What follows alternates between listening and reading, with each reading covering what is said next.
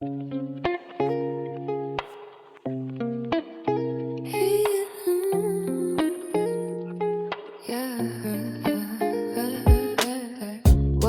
to Cozy Reactions. Do please comment, like, and subscribe. I hope you like the show. Every day's a new surprise. Through our screens we open eyes, sharing moments big and small, catching feelings, standing tall. From the quiet to the loud, lost among the digital crowd, we find comfort, find our peace, may our joyful bond increase. So settled in, let worries fade, a new connection newly made, cozy reactions just for you, with every thought and feeling true. Don't forget to hit that bell, stories only time will tell. Come along and join the ride, with our family open wide. You're the heart of everything, the reason why we love to sing. Your comments light up every day, guiding us along the way. Through laughter, tears, and sweet delight, we share the morning, noon, and night. A little space, a gentle breeze to put your mind and soul at ease. So settle in, let worries fade, a new connection really made. Cozy reactions just for you, with every thought and feeling true. Don't forget to hit that bell, stories only time will tell.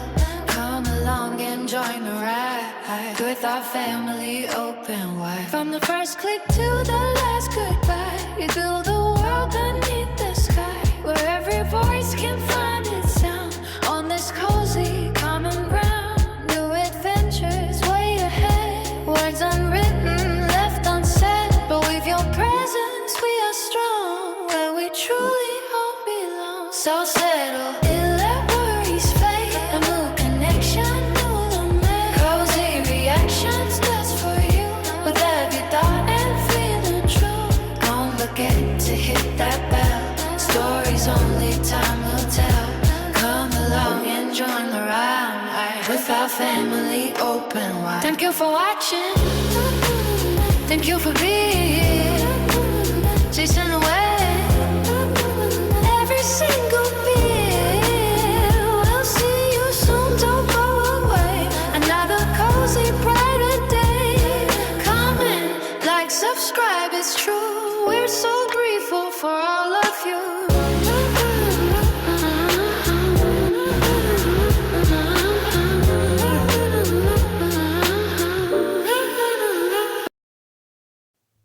Hello, my cozy flowers. Thank you for being so patient with me.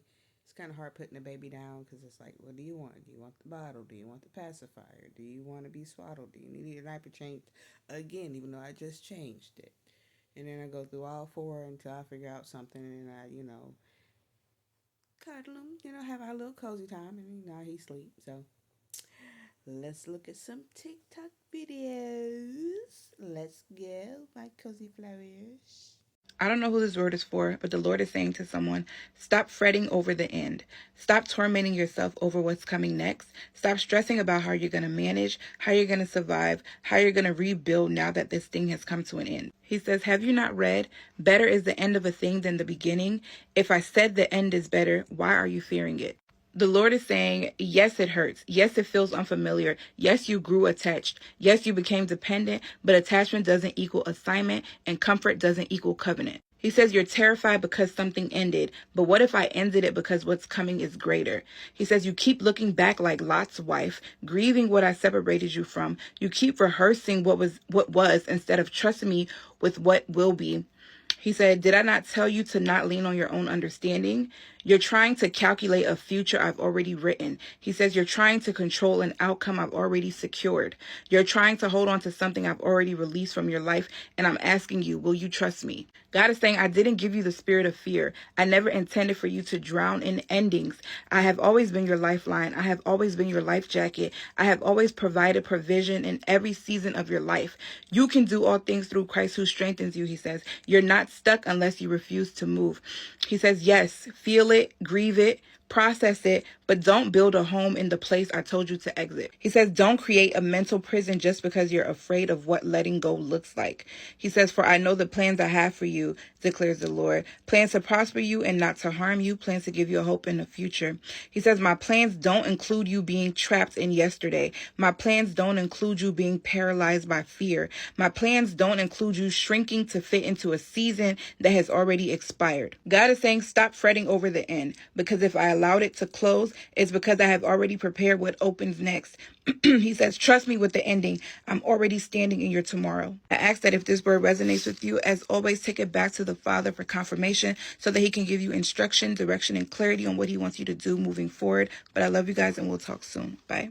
If you don't know what your gift is, if you don't know what your calling is, I promise you this is going to help you. Because I think a lot of us overcomplicate this, okay? We're waiting for this huge moment. We're waiting for God to give us this blueprint from heaven, or we're waiting for this title or whatever it is. We're waiting for these signs, and it's we've been operating in our gifts our entire lives, we just haven't recognized it. Most of the times it's usually one of two things. First is the thing you naturally gravitate towards, the thing you're always thinking about, the thing you're always talking about, the thing you're always researching, and people are looking at you like, what are you looking up again? You're always fascinated by this thing, okay? It's the thing you could honestly do even if no one was watching you, even if no one wanted to pay you for it, you would still do it. Or second, it's the thing that really bothers you. And I'm not talking about surface level irritation. I'm talking about the things that really weigh on your spirit, the things that make you think and say, why is it like this? Why are people like this? Why does this have to happen this way? It's the thing that you say, why doesn't this bother anybody else? Why are you the only one irritated by it, right? It's the thing that you have a million ideas on how to fix. It's the thing that always comes back to your mind no matter how much you try to shake it. Friend, that is not a random irritation. That is a divine irritation. I like to call it holy frustration, okay? And God doesn't give you holy frustration if he doesn't intend for you to be the solution to that problem. So a lot of times our gifts will show up as a solution to this irritation before we ever even have a title for it. For example, before anyone ever called you a coach, called anyone a coach, they were naturally the person that people already came to for advice, that people already looked up to, that people already considered valuable, considered their insight valuable. Before someone was ever called a builder, they were already naturally the person that was trying to redesign things, trying to reconstruct things, trying to break things apart, put it back together, whatever, they were already working in that gift. Before you were ever called into ministry, you were already feeding people spiritually, speaking life into people. So friend, if you feel completely lost, start right here. Start with the basics. What flows naturally? What irritates you? What really feels like a burden in your spirit? What's the thing that naturally multiplies in your hand? What's the thing that's always a blessing to people? What's the thing that people keep coming back to you for? Move in that direction. And as you move, God will begin to reveal more. As you start to steward what's in your hands, what you've now located in your hands, God will start to peel back more layers of your calling, of your gifts, of your purpose. Stop waiting on this huge title, this huge sign, this blueprint, and focus on the details. Focus on the patterns. Because truthfully speaking, you have already been operating in your gift. You just haven't recognized it yet. This season of my life, I am at a place where I am done over functioning, allowing people to get the best of me while giving me the least of them.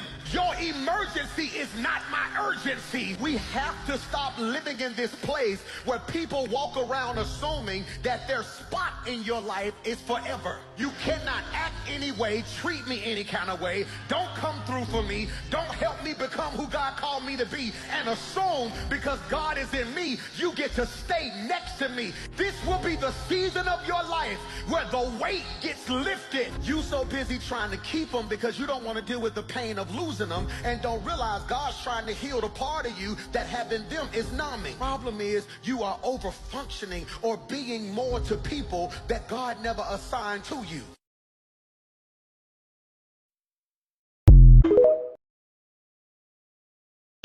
Whenever God is doing something that you can't see, it might be because he's doing something that you can't see.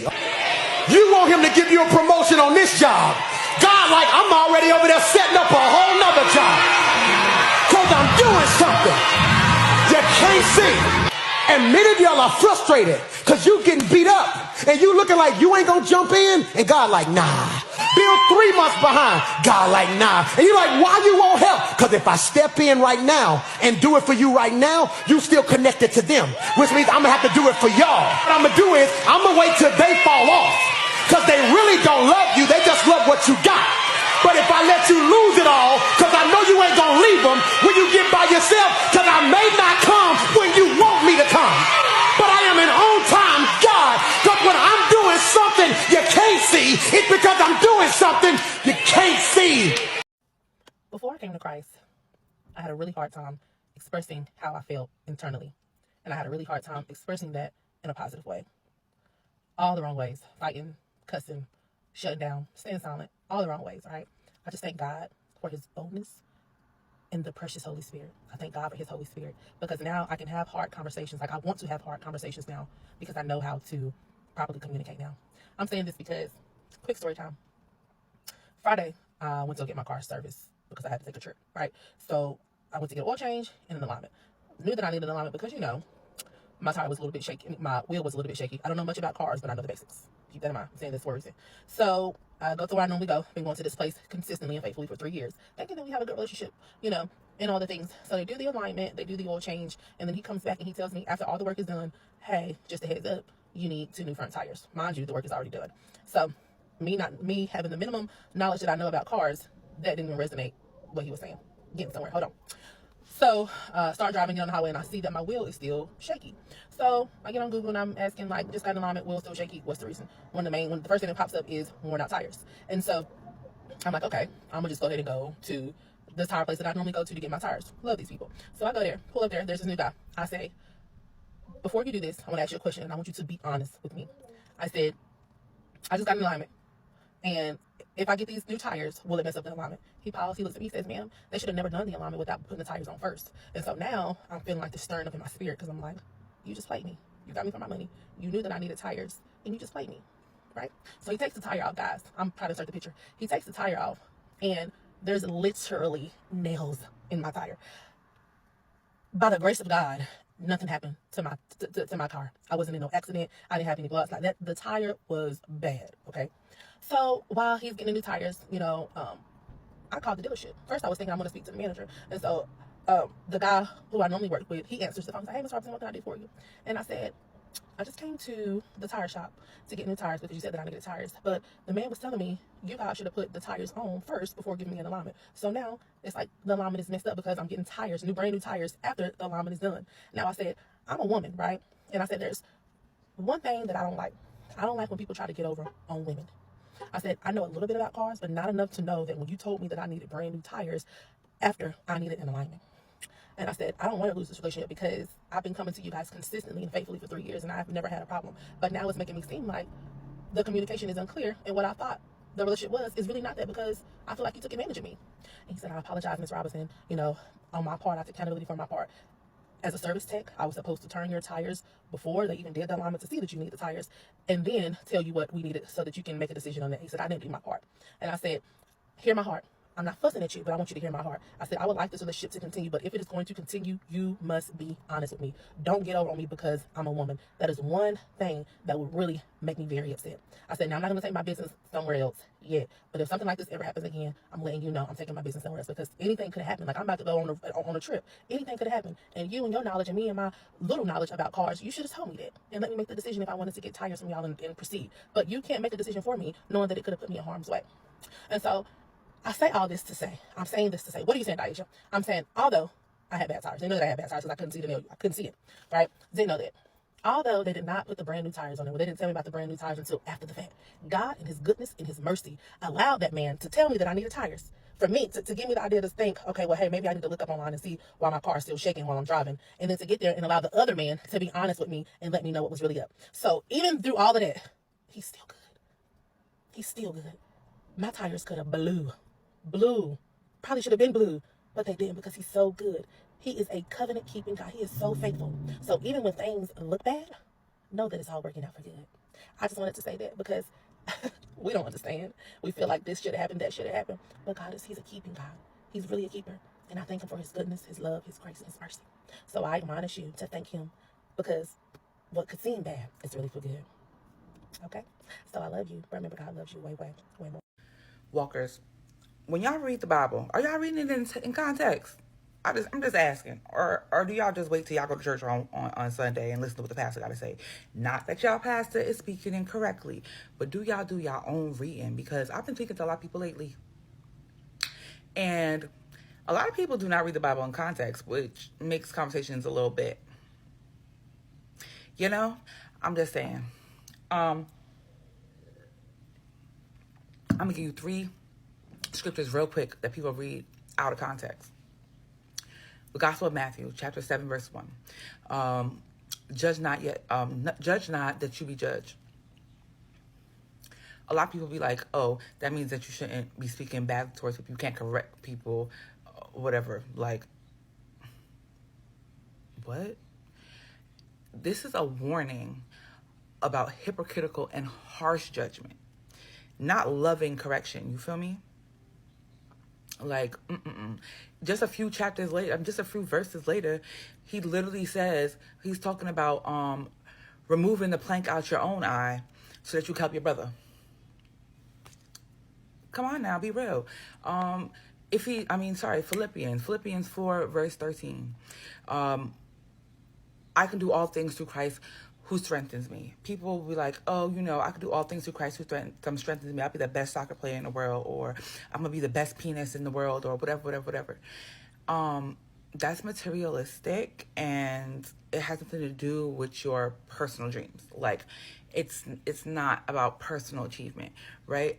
Paul is talking about having strength to endure hardship, lack, suffering, right? Christ gives strength to remain faithful in every season, under any circumstance, good or bad. That's what that means. Let me give you another good one. Book of Jeremiah. We didn't even get here yet. I'm reading, my girls reading Jeremiah right now, but we didn't even get to Jeremiah 29, verse 11. For I know the plans I have for you. For I know the plans I have for you. Like, a lot of people think that it's like a personal promise, right? Like, life is going to go easy, or it's going to get better real fast. That's not what he's talking about. This is a promise, but it's a promise that was spoken to Israel while they were in exile, right? They were told that they would be there for 70 years. So yes, the promise is real, but it's about God's long-term faithfulness, even in a season of discipline and waiting. So I'm just asking, like, we need to make sure we're reading in context. That's it. Read in context, boo. Girl, come sit down, because, baby, the palace was hot mess express. I'm talking royal betrayal, family drama, power grabs, and one evil grandma who said, if I can't keep the throne, nobody can, okay? So, boom, there's this woman named Athaliah, okay? Now, baby, Athaliah wasn't just any random villain in the Bible. Oh, no. She was the daughter of Jezebel, okay? Yes, that Jezebel. So, the family tree was already given witchcraft, idolatry, manipulation, and generational chaos, okay? Athaliah was married to King Jehoram, and they had a son named Ahaziah. When Jehoram died, Ahaziah stepped up to the throne. But let me tell you something. That boy was weak, messy, and spiritually bankrupt, okay? Instead of following God like his grandfather, Jehoshaphat, he followed the crooked advice of his mama's side of the family, okay? 2 Chronicles 22:3 basically says his mama was the one guiding him into wickedness. Translation, mama was the toxic life coach, okay? And God said, yeah, we're not doing this. So Ahaziah reign didn't last long at all. He went out to battle, and baby, God allowed him to get taken out real quick, okay? Now, this is where the story goes from messy to straight diabolical. Listen, sis, because when Athaliah heard her son was dead, she didn't mourn, she didn't pray, she didn't step aside. Nope. This woman looked around and said, the throne is empty and I want it. And instead of waiting on God or respecting the royal bloodline, this woman went full villain mode, sis. 2 Chronicles 22:10 says, when Athaliah saw that her son was dead, she proceeded to destroy the whole royal family of the house of Judah. Baby, she started killing her own grandchildren, royal babies, her bloodline, the heirs to the throne, all of them, okay? Because she wanted the crown. This wasn't just ambition. This was demonic power hungry, okay? Sis said, if I can't keep power through my son, I'll just erase everybody. And just like that, Athaliah took the throne and ruled Judah for 6 whole years. But wait, sis, okay? She thought she wiped out the royal bloodline, but she missed one baby, okay? And that baby was about to flip the whole kingdom upside down. Follow me and come back for part 2 because, baby, the way God flipped this situation is wild. Come back, sis. Come back, okay? Hey, you a Jesus freak. Facts. And you a Bible thumper. Ooh, facts again. All you want to talk about is God. Huh? Big facts. And you think you a holy roller. I try. I do try. I do try. I'm gonna put y'all up on game real quick, baby. Heal people, become peaceful savages. That's right, peaceful savages. We don't do no more paragraph writing. We don't do no more round table talks. We don't do no more interventions or none of that. We ain't writing no whole essay about what you done and how you done it. No. No more essays, no more paragraphs. We write you off. Understand me, we nothing you. We move right on about our business, right on about our day, right on about our life like we never met you, never knew who you was. Understand me, when you healed in life and you start to see people for who and what they are and you see what it is that they do and all of that, you look at it and you say, that right there, that's not for me. And when you say that it's not for you, you walk right on off, baby, smooth off. I'm talking about getting up out of there and you mind your business. You don't give no thoughts to it, no energy to it, no attention to it, no time to it at all. We don't write paragraphs, we write you off. That's it, that's all. That's when you're dealing with a real healed person. And if someone stopped talking to you because you do all this God stuff, then whoop-de-doo. Yeah, I said it. Whoop-de-doo. Well, I greatly enjoyed that show, and I always like to keep a little tablet, pencil with me, try to write down some stuff, as I go through. And of course, I rewatch it, but it's nice. It's real nice. Up until next time, my cozy flowers.